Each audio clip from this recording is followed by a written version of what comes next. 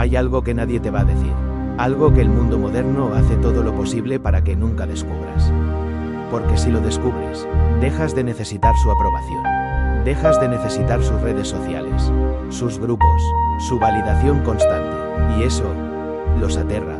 Lo que nadie te dice es esto: la soledad no es un castigo. Es un laboratorio. Es el único lugar donde un hombre forja lo que realmente es. Mientras otros huyen del silencio llenando cada segundo con ruido, tú aprenderás hoy por qué los más grandes de la historia buscaban ese silencio con una intensidad casi religiosa. ¿Quieres saber por qué los hombres más poderosos del mundo prefieren estar solos? Quédate, porque esto cambiará la forma en que ves todo. Piensa por un momento, ¿cuándo fue la última vez que estuviste completamente solo? No con el teléfono en la mano, no con música de fondo, no scrolleando sin rumbo, solo, en silencio, con tus propios pensamientos. Si esa imagen te genera incomodidad, si sientes una especie de ansiedad solo de imaginarlo, entonces esto es exactamente para ti, porque esa incomodidad tiene un nombre, se llama dependencia, y el mundo moderno la cultivó en ti con precisión quirúrgica. Cada notificación, cada like, cada conversación superficial que te hace sentir parte de algo, todo fue diseñado para que nunca, jamás, puedas estar contigo mismo. ¿Por qué? Porque un hombre que puede estar solo, es un hombre que no puede ser controlado. Marco Aurelio gobernó el imperio más poderoso de la tierra, tenía ejércitos, oro, poder absoluto, y sin embargo, sus escritos más profundos los redactó en soledad. Sus meditaciones no fueron escritas para ser publicadas, no fueron escritas para impresionar a nadie, fueron escritas para él mismo, en silencio, en conversación con su propio interior. Ese hombre entendía algo que la mayoría nunca entenderá. La calidad de tu vida interior determina la calidad de tu vida exterior. Siempre, sin excepción, y la vida interior solo se desarrolla en un lugar, en soledad. Pero espera, hay algo más oscuro en esta historia. Algo que los libros de autoayuda nunca te cuentan. La soledad no solo te fortalece, la soledad revela, y lo que revela, puede destruirte o liberarte, dependiendo de si estás listo para mirarlo. ¿Qué es lo que la soledad revela exactamente? Revela quién eres cuando nadie está mirando. Revela los miedos que enterraste bajo capas de distracción. Revela las mentiras que te cuentas a ti mismo para poder dormir. Y aquí está el momento donde la mayoría de los hombres falla. Se queda frente a ese espejo, ve algo que no le gusta, y huye. Vuelve al grupo de WhatsApp, vuelve a las redes, vuelve al bar con los mismos amigos hablando de los mismos temas desde hace 10 años. Pero tú no eres esa mayoría. Porque si estás aquí, escuchando esto, es porque algo en ti sabe que existe otro camino.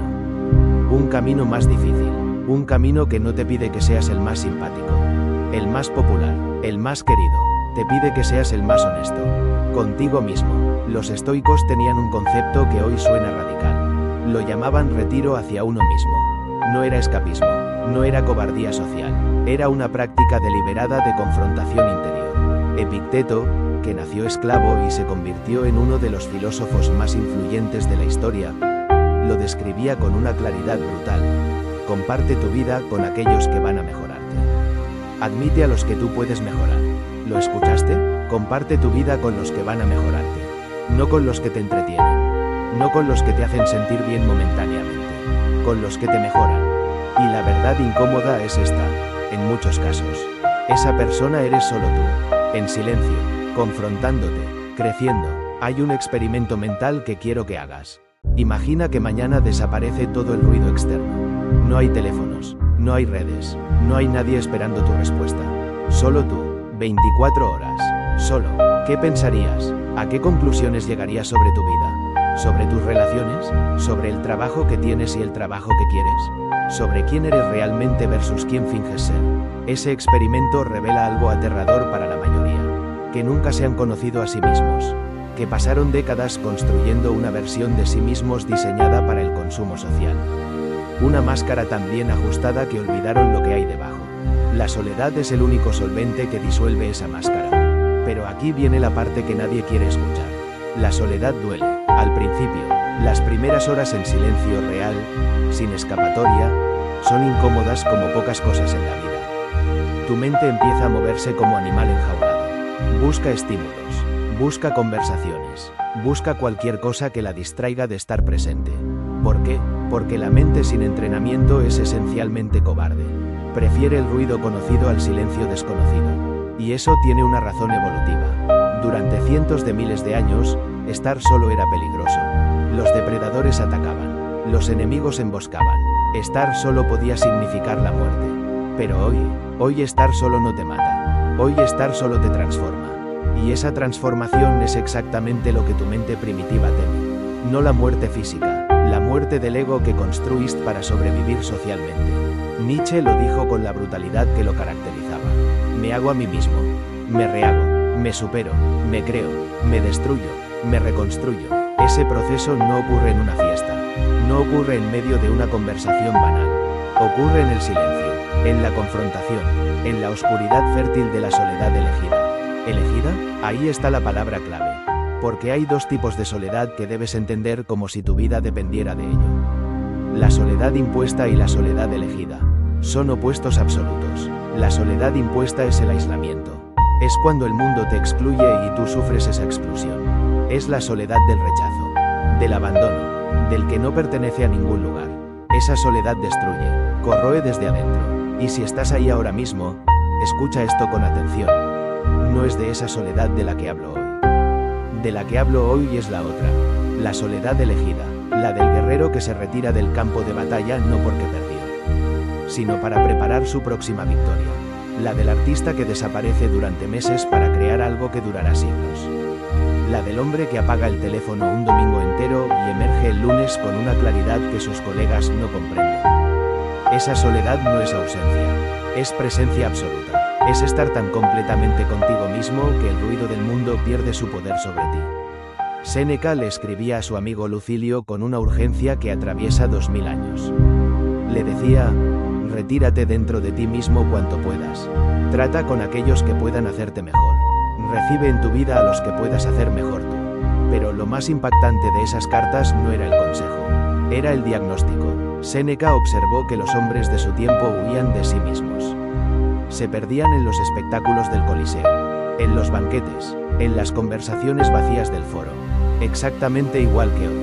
La tecnología cambia, la naturaleza humana no. Y la naturaleza humana, sin disciplina, siempre elige el placer inmediato sobre el crecimiento profundo. Siempre elige la distracción sobre la confrontación.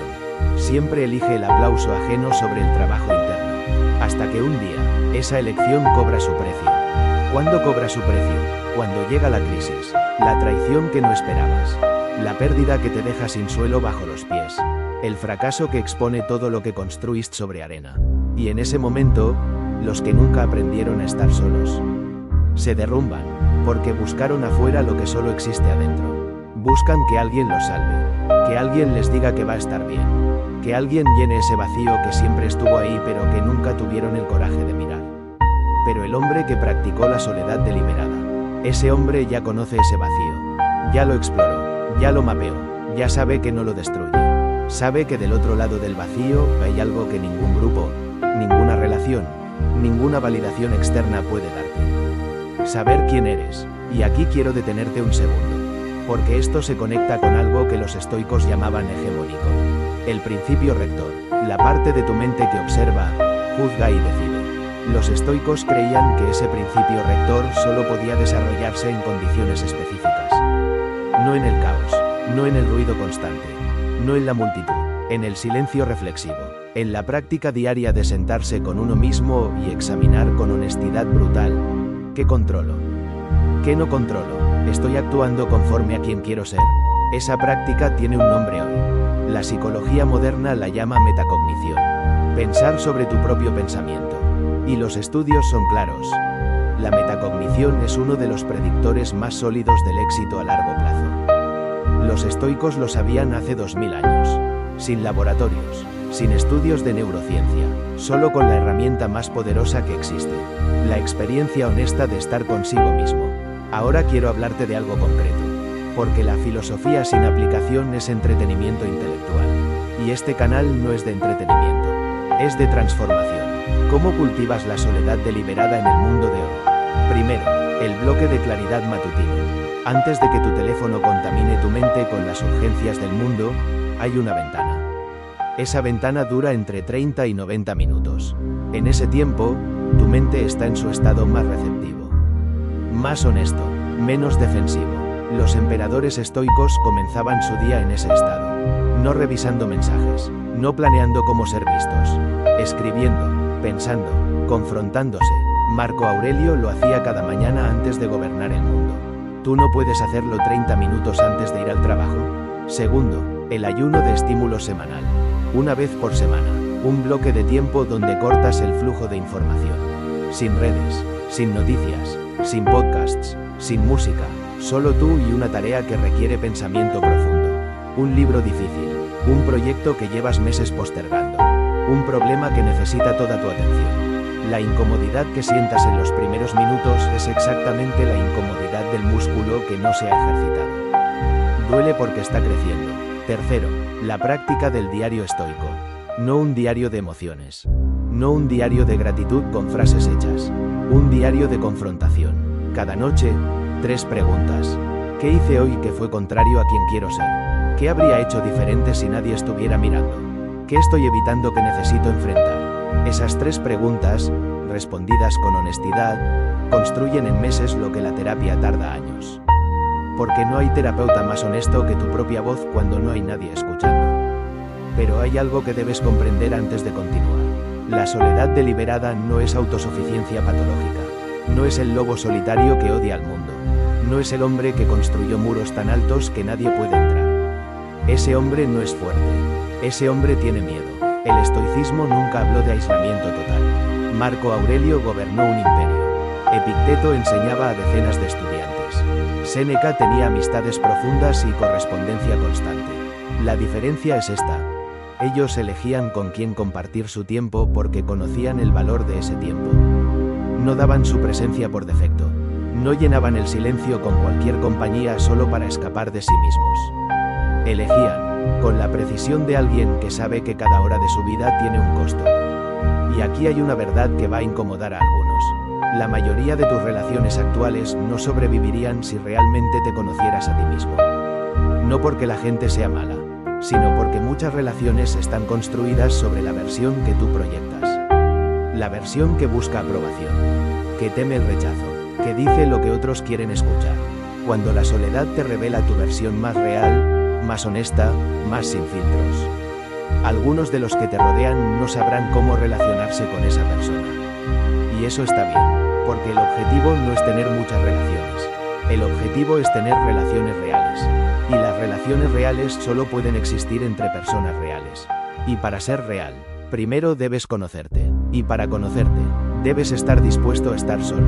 Hay un momento en el proceso que los estoicos describían como una transformación radical del pensamiento. Un punto de no retorno. El momento en que, después de suficiente tiempo en soledad honesta, algo se rompe dentro de ti. No de forma dolorosa, de forma liberadora, como si una tensión que llevabas años sosteniendo, simplemente se soltara, y en ese momento entiendes algo que no puedes transmitir con palabras. Solo puedes experimentarlo. La soledad te devuelve a ti mismo, y ese tú mismo que encuentras ahí, es mucho más poderoso de lo que creías. Es mucho más tranquilo de lo que esperabas. Y es completamente, absolutamente, tuyo. De nadie más. Carl Jung lo articuló con una precisión que corta como bisturí. Quien mira afuera, sueña. Quien mira adentro, despierta. ¿Cuántos años has estado soñando? ¿Cuántos años construyendo hacia afuera mientras el interior permanecía sin explorar? Ese no es un juicio. Es una pregunta. Porque la mayoría de los hombres llegan a los 40, a los 50, a los 60 años con una carrera construida, con logros externos acumulados, y una sensación persistente de que algo falta. Algo fundamental, una extraña distancia de sí mismos. Esa distancia tiene nombre, se llama no haberse conocido, y la única forma de eliminarla es la que llevamos toda esta conversación explorando. Investigadores de la Universidad de Virginia realizaron un experimento perturbador. Pusieron a personas en una habitación vacía, sin teléfonos, sin distracciones. Les dieron la opción de sentarse en silencio o recibir una pequeña descarga eléctrica. El resultado fue revelador. Una gran mayoría prefirió la descarga eléctrica a estar solos con sus pensamientos. Prefirieron el dolor físico al silencio mental. Eso no es debilidad individual. Eso es el estado por defecto del ser humano no entrenado. Y ese experimento demuestra algo que los estoicos sabían intuitivamente. La mente sin entrenamiento huye de sí misma. Con la misma desesperación con la que un adicto busca su siguiente dosis. El estímulo es la droga, y el mundo moderno es el dealer más sofisticado de la historia. Entonces la pregunta no es si puedes estar solo. La pregunta es si tienes el coraje de desintoxicarte, de atravesar esas primeras horas de incomodidad, de quedarte cuando tu mente implora que te vayas, de mirar lo que hay cuando no hay nada más que mirar. Porque lo que hay ahí, vale todo lo que te va a costar llegar. Hay un concepto en la filosofía budista, pero que los estoicos practicaban sin nombrarlo así, que se llama la mente de principiante. La capacidad de mirar tu propia vida como si la vieras por primera vez. Sin los filtros del hábito, sin las narrativas que llevas años repitiendo, sin los roles que interpretas para los demás. Esa mente de principiante solo emerge en el silencio. Solo aparece cuando el ruido externo cesa lo suficiente como para que puedas escuchar lo que realmente piensas. No lo que se supone que debes pensar, no lo que el grupo espera que pienses, lo que tú piensas. ¿Cuándo fue la última vez que tuviste un pensamiento completamente tuyo?